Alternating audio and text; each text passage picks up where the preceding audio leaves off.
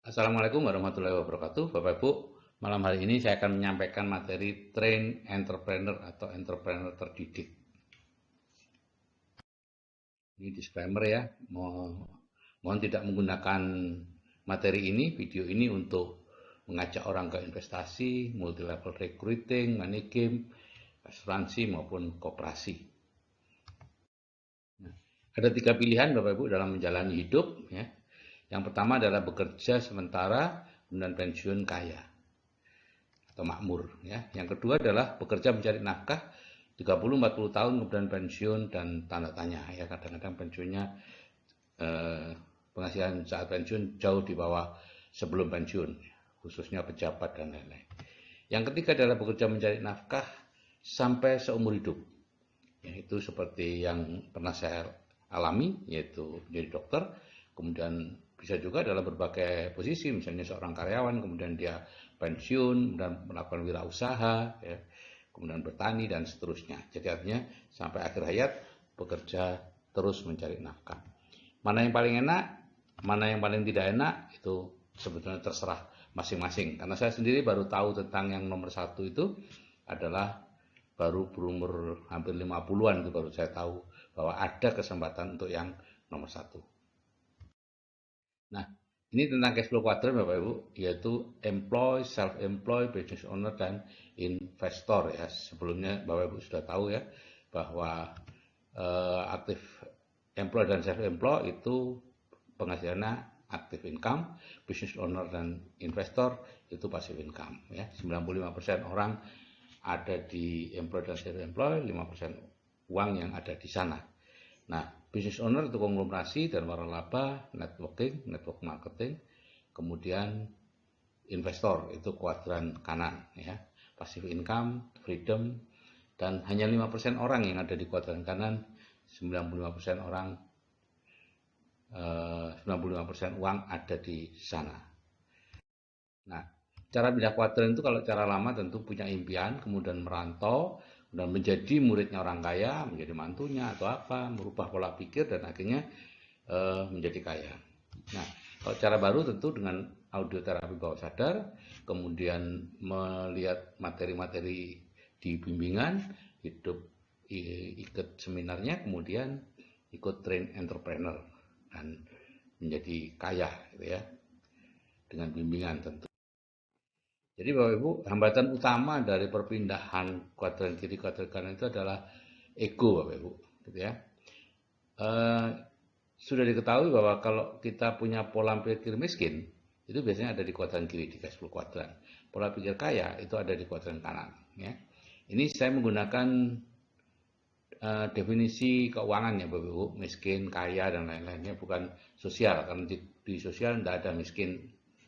Uh, jadi ini murni definisi di bidang keuangan.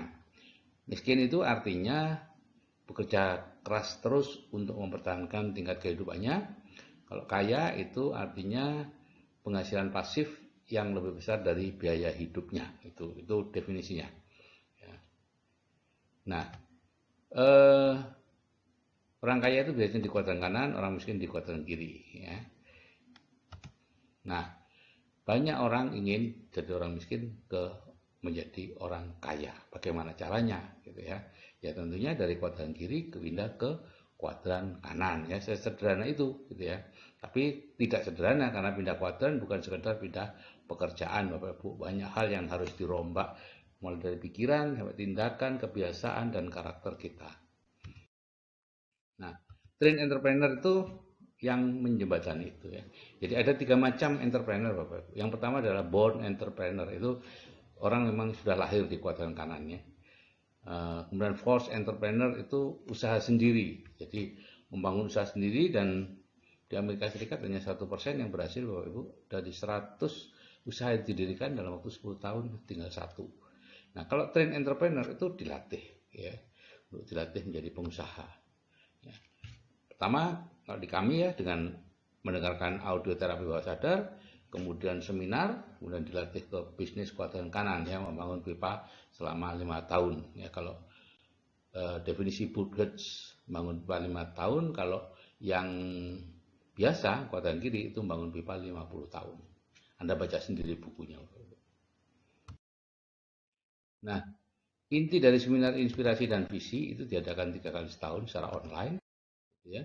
Ada 12 hal yang dapat dipelajari dari seminar: dream building, time management, goal setting, people skill, communication skill, leadership skill, attitude of success, manfaatkan perubahan untuk kemajuan, membangun hubungan manusia yang lebih baik, pengembangan diri, meningkatkan percaya diri, dan cara mengatasi kegagalan.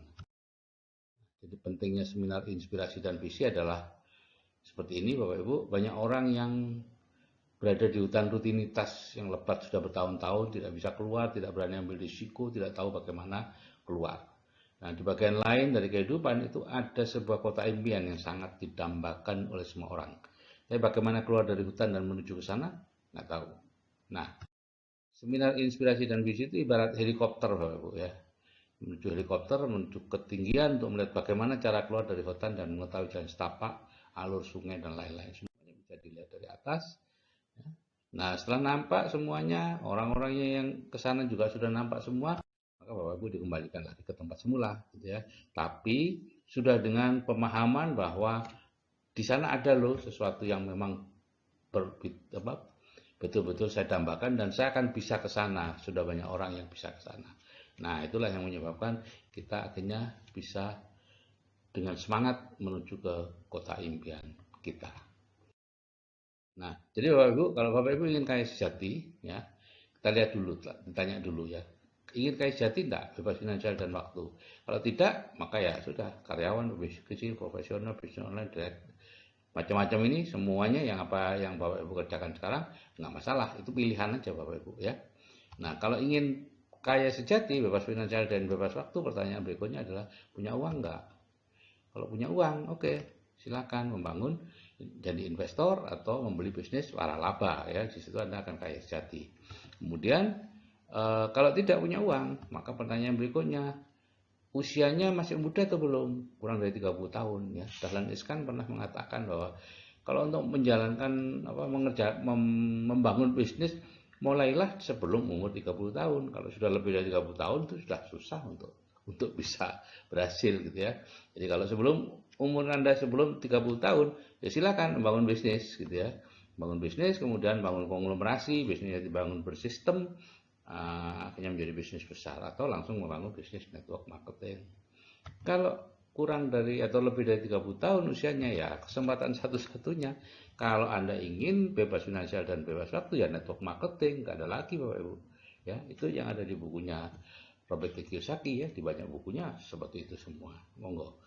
Itu pilihan ya. Di sini tidak ada benar, tidak ada salah, tidak ada yang baik atau buruk, semuanya pilihan. Jadi Bapak Ibu, jika saya yang sudah berumur ini bisa dengan train entrepreneur bisa berubah, Anda juga pasti bisa. Ikuti saja train entrepreneur, ikuti seminar-seminarnya, dan sebagainya. Oke, saya kira itu yang bisa saya sampaikan. Wassalamualaikum warahmatullahi wabarakatuh. Salam sukses dari saya, Sigit Setiawadi.